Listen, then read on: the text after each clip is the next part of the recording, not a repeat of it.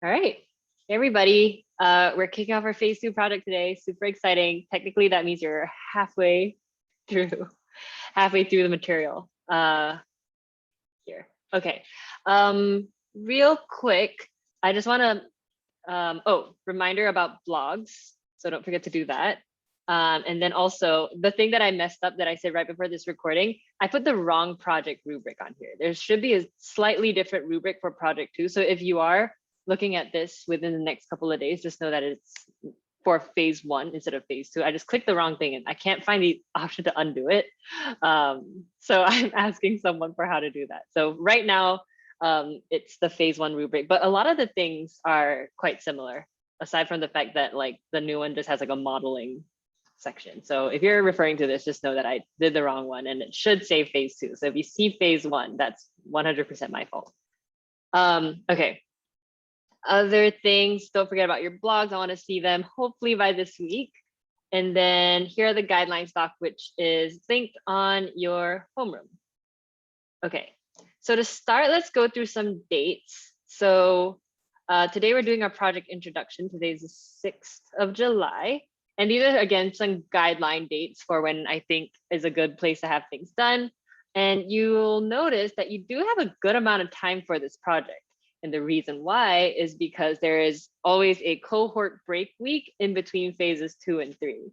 What it means for some students like to take the extra week to just work on the project. So that means instead of having 2 weeks for the project, you get 3. Up to you how you want to do it. The date of our presentation does come after our cohort break week. So if you see here, our calendar, office hour break week, which is 26th through 30th of July.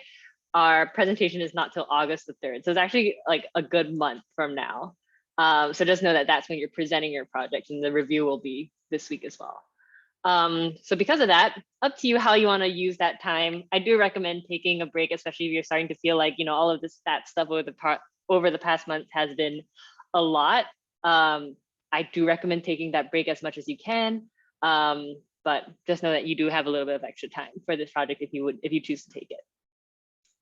Another thing is my other cohort is actually doing this project right now as well. And because they're on the full-time pace, they actually present their projects on Friday. I will get you all the recording just so that you can see what they presented. They're doing the same project as you all as well.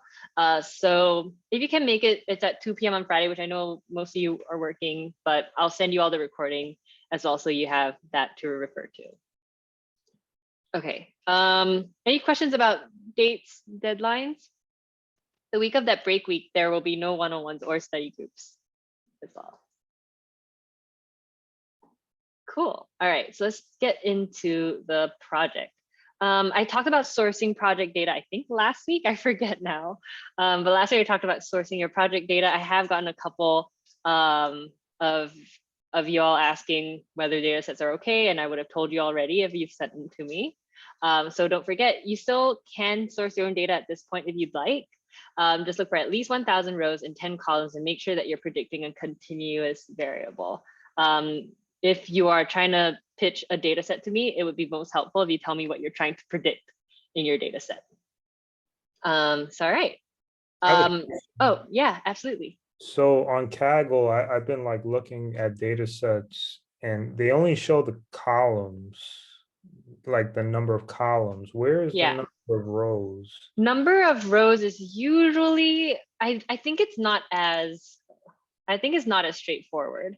Yeah. For example, if I go to, I think if I do like regression, let's see an example. Okay, well, this is actually our project data set, but typically they say the number of columns, and then I think they'll show you like roughly how many, but in this histogram, you can see like one of these bars already has like over 1,000 rows. So you can sort of like guess how many there are. So yeah, or if you would like, you can just download the file and open it and check it out. I think I might do that. But yeah, if you want, you can send it over if you want me to take a look too. All right, no problem. Thank you. Of course. So that's on sourcing your own data. I think it would be cool if you predict something that isn't housing prices, especially if that's not something that you want to be doing. But all the projects that are coming up after this, you do have the option to choose your own. So if you don't want to stress out over this for this project, you don't have to.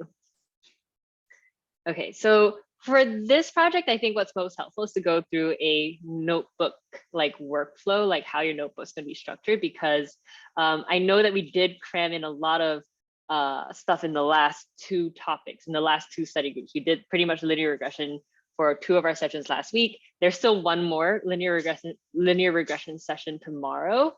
But the ones what we're going to talk about tomorrow is more of like extra things that you can do with your project. So the bulk of it is going to be focused on actually just topic 19, because topic 19 does build on 18. So because we did talk about a lot of different things and a lot of different techniques that you can use in linear regression, I think that this walkthrough has been helpful for students. So we're gonna just walk through and see like what workflows you would have to be going through during this project. So to start, something that I would have told all of you about your phase 1 notebooks if I noticed that you could have done this a little bit more, is start with an introduction and abstract in your notebook. Like literally have a section in your notebook at the very top, introducing your project, maybe laying out your business case, laying out your business problem. Basically, why are you doing this project? I think that when you're doing any sort of modeling, you can kind of come at it from two perspectives. I talked about the statistical learning theory last week. And you can sort of think of it from an inferential or a predictive standpoint, right? Because from our linear regression model, we can learn things about our data. For example, based on the coefficients, we can figure out what the exact quantifiable relationship is between your features and your target. But you can also use it as from a predictive standpoint. You can actually use your model to predict like the miles per gallon of a car or the price of a house. So really start to formulate your business case. And I think from formulating your business case, coming up with recommendations and conclusions based on your project or from your project will really tie the whole project together really nicely. So this is honestly something that you don't have to fully hash out at the beginning. Sometimes, based on some of your modeling results, that might change. Of course, in real life scenario, you cannot change your business case because you're asked to do this for a reason. But good to have some sort of starting point, some sort of reference point for why you're working on this project. And I feel like if you want to discuss what possible business cases you can have for this project for the given data set, predicting the price of a house is the most straightforward thing, but also you can learn about the features that lead to a price of a house, like what features affect the price of the house the most. And that can be important to many, many different entities. So things to think about. So definitely start with that. I think that's something that I didn't really emphasize for our last project, because last project was our first, coding project. So this time I hope that you all think about the business case a little bit more. Okay. Next, import, clean your data, and maybe do some EDA. And this is going to consist of a lot of scatter plots and histograms. One way to go about it is just ask questions about your data. Know that you have to do a non-technical presentation as well. One of the office hours, I'm going to talk about the difference between this presentation and our last presentation, because the content is going to be quite different. But perhaps ask some questions about your data. If you're doing the housing data set, what are some things that you're immediately curious about in this data? Or are there any things that you feel like you have to explore before going into your modeling that you think is going to really help with your modeling? So perhaps you want to ask some questions. Very, very similar to what we did for phase 1, those guiding business questions. That's one approach that you can take. Another approach that you can take is go via the assumptions for linear regression that we talked about last week. So first, you can just look at the correlation with the target. That was our linearity assumption. Remember that one of the assumptions for linear regression is that each of your features is highly correlated or pretty correlated with your target. During this time, you could also take note of what features you might want to do some transformations to achieve that linearity. You can also take note of collinear features, multicollinearity. We talked about that towards the end of our last study group. But if you don't remember, multicollinearity are basically when features are correlated with each other, which is what you don't want.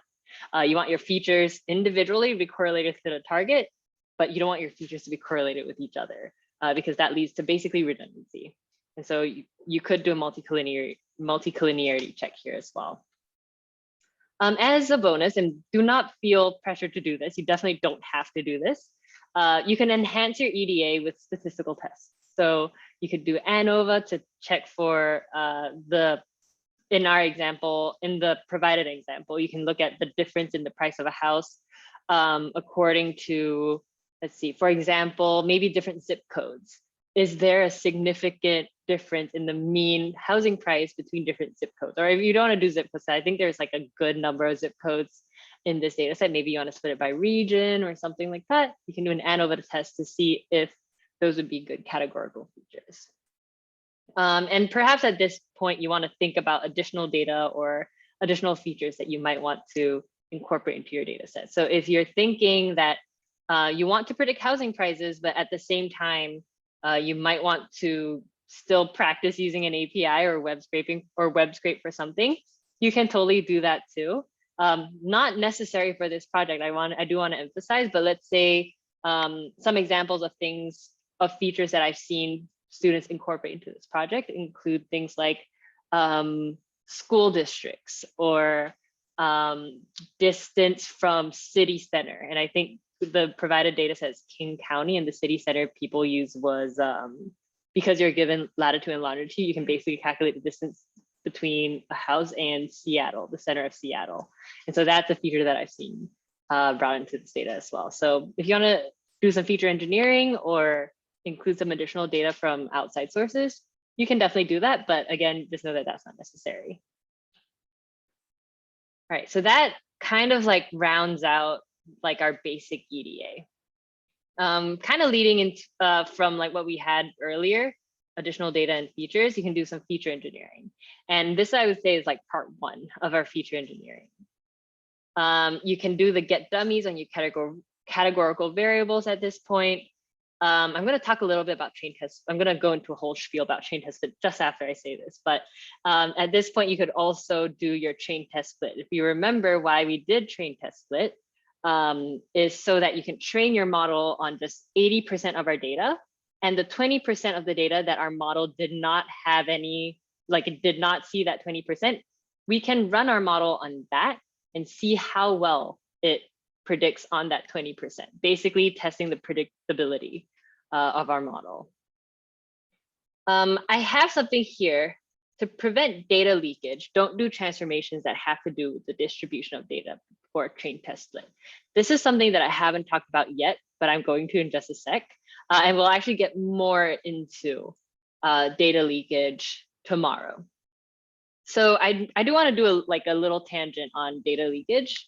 The whole idea of chain test split is such that that 20% kind of acts as test unseen data, right? Even though, yes, like we have those housing prices for that 20% of data, we can use those true prices to see how they compare with our model's predictions.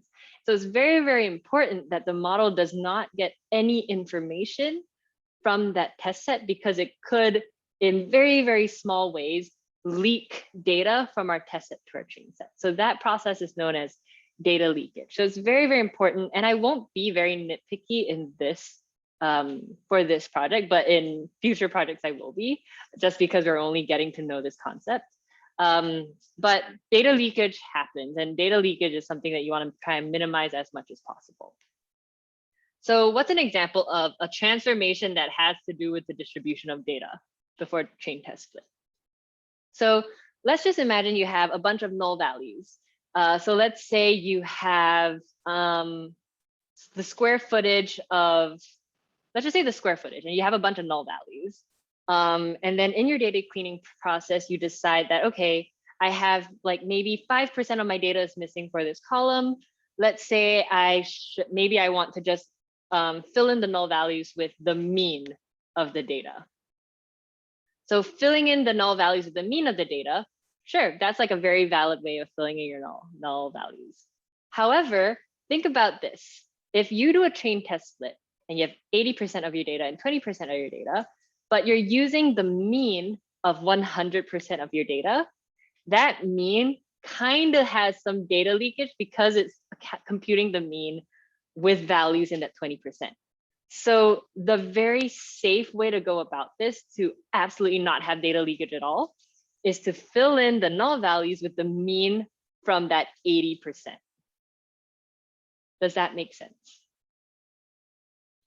Okay, cool. So if we use the mean from the 100% of your data, so let's just say the mean for the 100% of your data is, I don't know, 1,500 square feet. And then when you do your chain test split, maybe the 80% mean is like 1,400. And so what you should do is fill it in with 1,400, not 1,500, which is something that is very hard to keep track of, especially if you have a lot of columns. And only in the next phase will we learn different techniques to do this more efficiently and more, I guess, in a better way. Fortunately, we don't have time to talk about that during this phase. So just know that that's something that you should be keeping track of, but for this project, not very important. I'm not going to be very nitpicky about data leakage. When you get to the next project, I'm going to like point out every time there's data leakage and you have to change that. But for this project, don't worry about it for now, but good to keep in mind. Should we do the same with outliers as well? Like if we're looking at the 20%, remove the outliers based on the 20 and okay. Technically, yes. Technically, yes. There's also a more efficient way to do it versus like, okay, I'm going to remember or like save as a variable, like the thresholds for outliers, which, yeah, it'll be a lot to keep track of. Again, yeah, it's good to do that. But for this project, it's going to take up, it's too much to think about for this project, in my opinion. But if you want to, and you think that you can handle just like saving all of this information somewhere, by all means. Gotcha. Thank you. You're welcome. Okay, so another, Okay, a transformation that has to do with the distribution of data. One example was filling in the null values with the mean of your full data set versus your 80%. Another example of this, which is actually something that leads to very big data leakage in the real world. So that's actually something that, and the reason why the technologies that we're going to talk about next phase are going to be really helpful is because people have seen that data leakage happens like this. And the transformations I'm talking about are things like min-max scalar, things like standard scalar, basically any transformation, because we talked about transformation of data last week, anything that has to transform your data based on some parameters of a distribution of data, right? Because standard scalar makes use of the mean and standard deviation of your data, which can change if you're looking at 100% of your data versus 80%.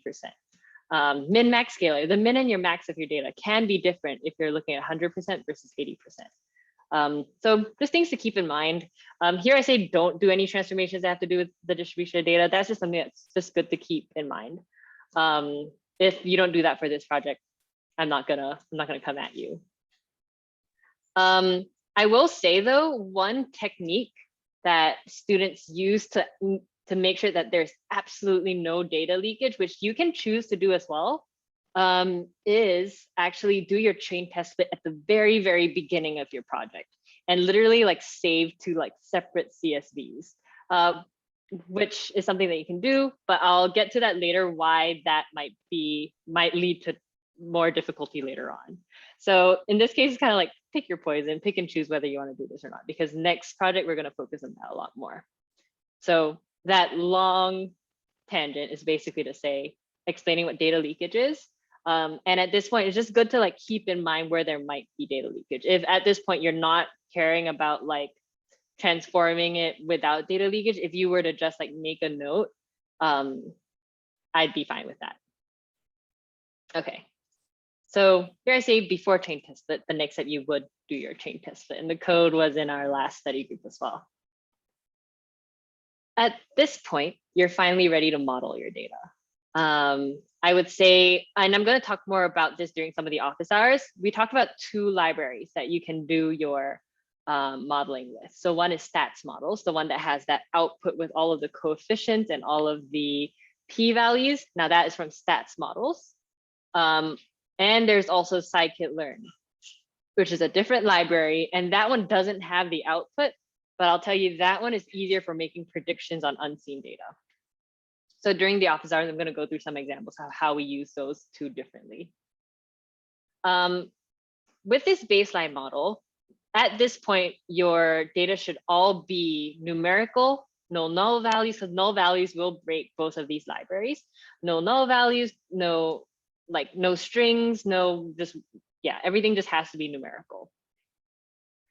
At this point, I would say for your baseline model, and what a baseline model is really used for, it's really to benchmark your model performance. Let's say you're doing some modeling work and you have this goal of like, I want an R² of 0.85. If you're starting with an R² of 0.2 for your baseline model, perhaps a goal R² of 0.85 doesn't make sense. And maybe it's not even attainable. So it's good to first benchmark your future modeling results with a baseline model.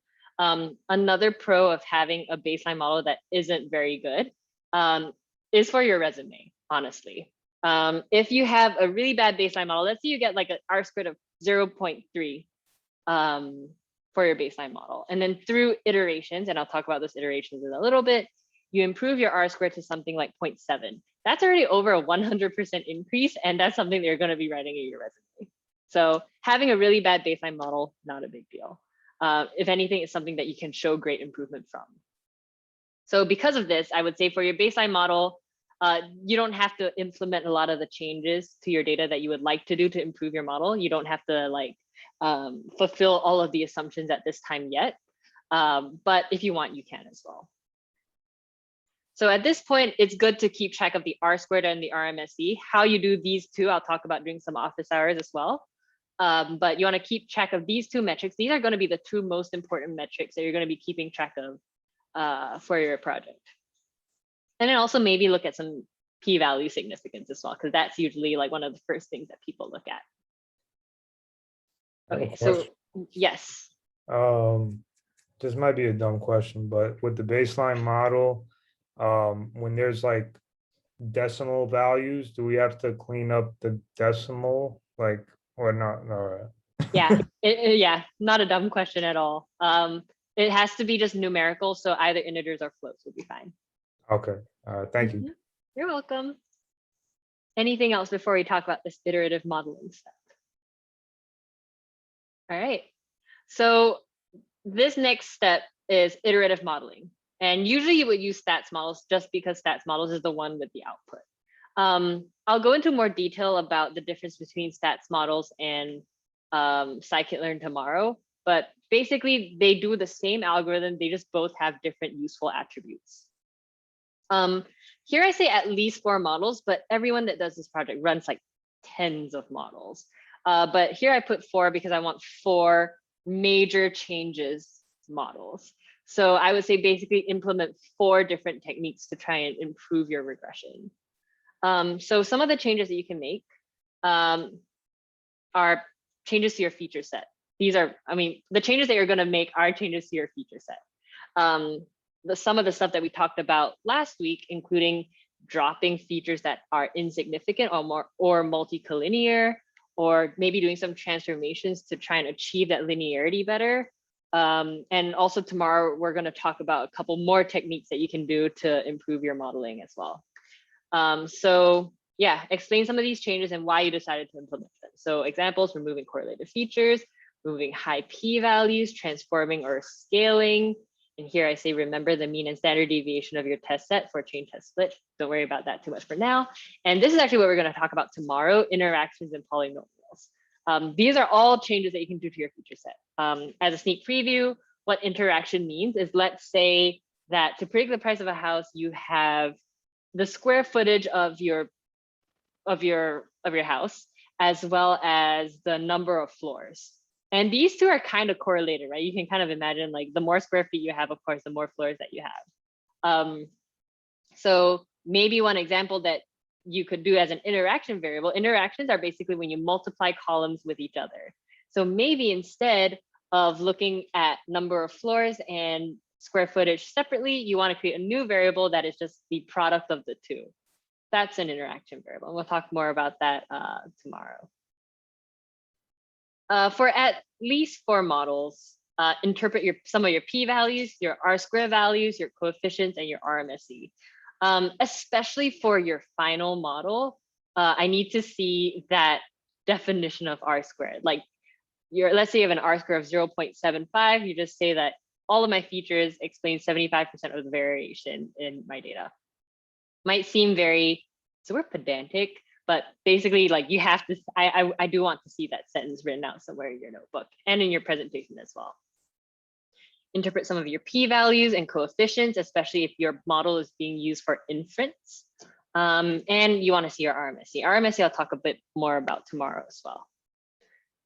So at each intermediate model, are they improving? Are there any drastic changes in their variable significance? And do your coefficients make sense or not? That's actually a pretty big thing. Sometimes when you have like a lot of variables in your model, coefficients can sort of lose meaning because this model is being fit mathematically, not based on, knowledge of houses. So for example, some people were seeing that the number of bedrooms was actually negatively correlated with price, which kind of didn't really make sense. Because like if you have more bedrooms, you would expect to have a higher price. But some people are getting negative coefficients, and if that doesn't make sense, then do something about your feature set, or look into that and do something with your model.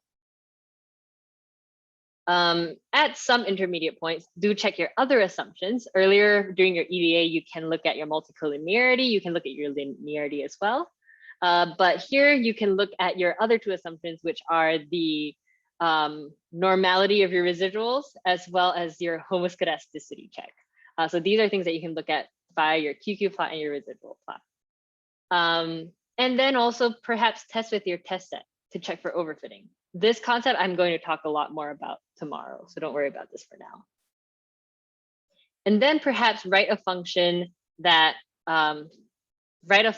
allows you to do transformations on your test set so that you can use your model on unseen data. I'm going to talk about that during an office hour as well, so don't worry about that for now. Things to remember. Let's say you decide to drop a bunch of features. So for example, you have 20 zip codes in your data and you decide to drop 10 of them. In that case, you end up with 10 less features than you should have had. So don't forget, for your test set, you also have to drop those 10 zip codes that you didn't use. Number of inputs must match the number of features your model was trained on, and the order of your features matters as well. I'm going to talk about like this whole section again during an office hour, because I know we only just talked about this like last week. And again, this basically has to do with data leakage. I put this point here so people remember. Scale your test set based on your chain set parameters. Cross-validation is also something I'm going to talk about tomorrow, so I'm not going to talk too much about this right now. So through this iterative modeling process, you're going to be probably running like over 10 models, like making tiny adjustments and rerunning and rerunning. I would say keep at least 4. Some people, I've seen some notebooks that have like maybe like 20 outputs of stats models, and that can look very cluttered. And so if you see at the very end here, I put like an appendix/archive section. So something that I like to do is if I'm making very, very tiny tweaks to my model, but I don't really have anything meaningful to say about it in my notebook, I actually take that model and move it all the way to the bottom. Just so I still have it in my notebook, but it's not cluttering the main content of my notebook. So that's something that I'm also like kind of a coding hoarder. And so just in case I ever wanted to look back at some of my models, I have that there. It's just a suggestion. If not, I would say don't have more than, or just don't have superfluous models output in your notebook. So, okay, with your final model, this is where interpretation is the most important. I want to see an interpretation of your R-squared, some interpretation of your coefficients, your RMSE, some of your assumption graphs. I think those are the main things. As a bonus, I'll talk about this during an office hour as well, together with all the other things that I'm going to talk about at office hours. You could also create a prediction function. One of the labs actually has you do that, but doesn't walk through how exactly to do so. So one of your labs asks you to do it, but then doesn't walk through the process of how to do it. So during one of the office hours, I will talk about that as well. And for that, you will be using scikit-learn's .predict method. And then basically how it works, if you want to just try it out, or if you've come across that lab already, basically you want to create an array of inputs matching the feature set that your final model was trained on. And that I'll talk about during that office hour, as I mentioned.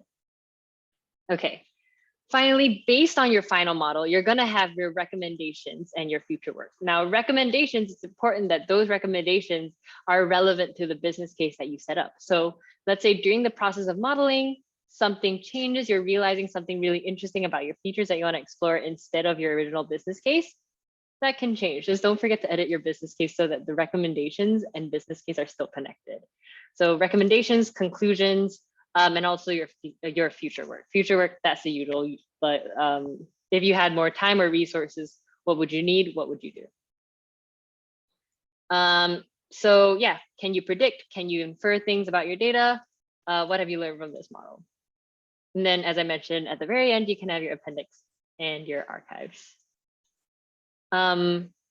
So here I have some example presentations, which I'll spend one office hour or part of an office hour talking about just the things to consider about this presentation that will be different from your last one. But yeah, any questions at this point?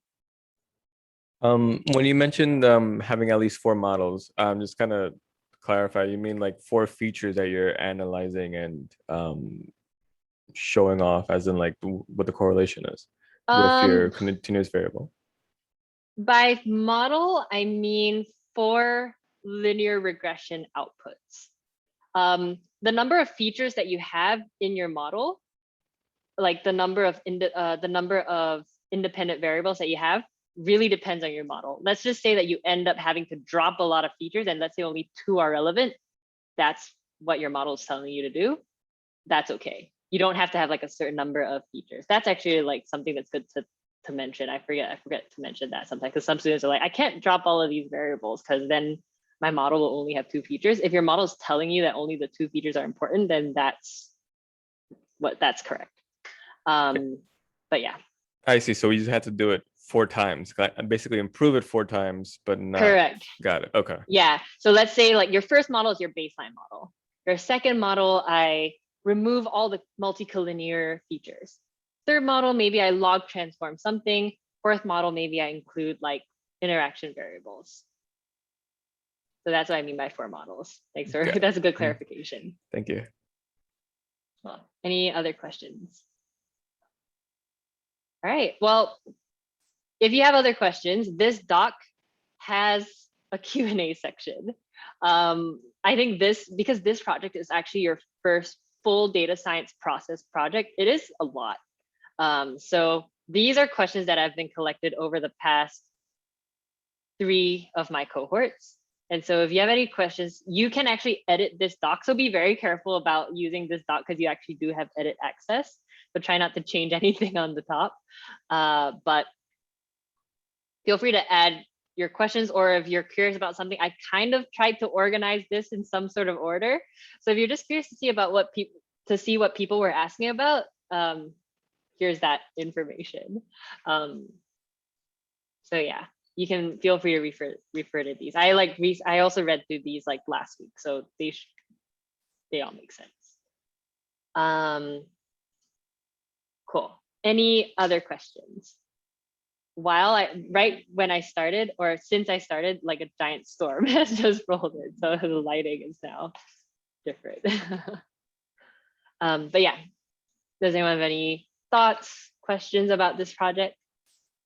Just a quick question. How is, this is probably a dumb question, but like how is the test learn set different than like the predict set? That's the dot predict set is the test set.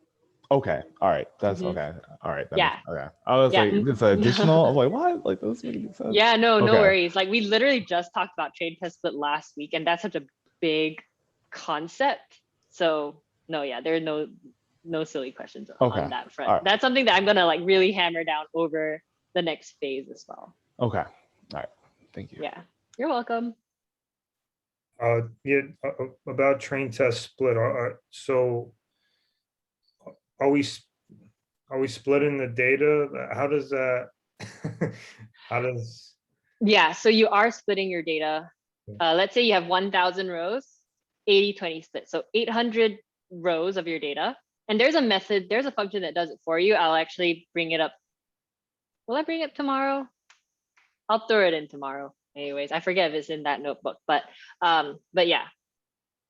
You're gonna just train your model on the 800 rows, the 80%. And then basically the idea here is I'm trying to predict housing prices, but this model is trained with prices that I already know. How does it perform on prices that I don't actually know? So with those 200 data points that have prices attached to them already, I can run their features through the model, see what the predictions are, and compare it to the actual prices to see how well the model actually performs. And is this a random split or? Random split. Yeah, very important that it's a random split. All right. Mhm. Thank you. You're welcome. Actually, something that I forgot if I mentioned this before. In the appendix, there's a full regression project kind of walkthrough. So if you're like, and it is, I understand it is very daunting and also kind of confusing how the process looks. I 100% can like empathize, and I went through that as well. So if you want to just see what this process looks like, the appendix has like a full project process. And if you don't feel like you need to go through like these first steps, you can just skip right through like the exploring and modeling sections. Yeah, this is a good one to get practice with. Anything else? Any other questions? All right, so a bunch of questions down here. You can add your own questions at the end as well. And I will daily look into this and write answers. And if I feel like there's a big topic to talk about, I'll talk about them during the office hours too. So definitely feel free to use that. And then, yeah, I think what'll be helpful if you can do 2 p.m. on Friday, which I don't expect you all to. Other cohort is doing that. That's on your calendar already. But I'll send you all the recording to your Slack channels as well. All right. Let's see, anything else? You mind if I stay away for a few minutes after this about the blog post? Absolutely. All right. Absolutely. Yeah. All right, then let me stop this recording.